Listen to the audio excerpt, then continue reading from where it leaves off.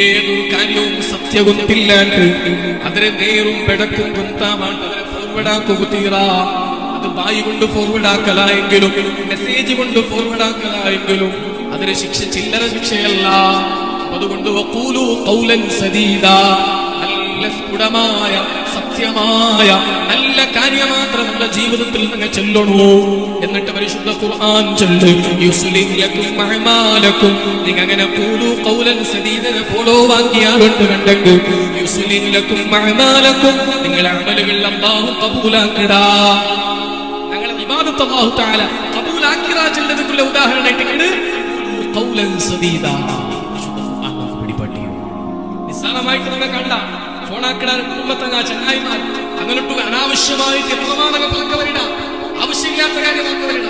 ഓരോ പലക്കവും അങ്ങനെ വായില പറഞ്ഞു വരുമ്പോ ഈ പലക്ക് കൊണ്ടെത്തു പലക്കവറിഞ്ഞ നക്ക് അല്ലെങ്കിൽ അത് കേട്ടോണ്ട് ഉപകാര ആവുണ്ടായില്ലേന്ന് നാം നിങ്ങൾ അവലോകനാക്കണോ. ഇനി ഉപകാര ആയെങ്കിലും ആയില്ലെങ്കിലും അങ്ങ് ചെല്ലുന്ന പലക്ക അല്ലാഹു റസൂലും ഇഷ്ടപ്പെട്ട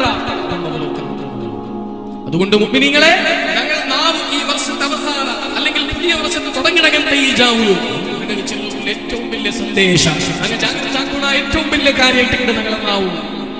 അതുകൊണ്ടല്ലേ മഹാന്മാർ നിങ്ങൾ നോക്കുന്നു, ഔലിയാക്കന്മാർ, സയ്യിദന്മാർ, മഹാന്മാർ അങ്ങ് ആൽമാരുടെ യാറെ പറക്ക വരികയാണ്. അങ്ങ് ഇബാദത്തിലായിട്ട് ജീവിക്കിടത്തേക്ക് എവിടെ ആൽമാർ പറക്ക പറഞ്ഞോണ്ട് വെച്ചിട്ട് ഗീബത്തും നമീമത്തും പറഞ്ഞിട്ട് എന്റെ അമാലുകൾ നഷ്ടപ്പെട്ടത് വേണ്ട ചൊല്ലിട്ട് പേടിയിലായിട്ടിട്ടുണ്ട്.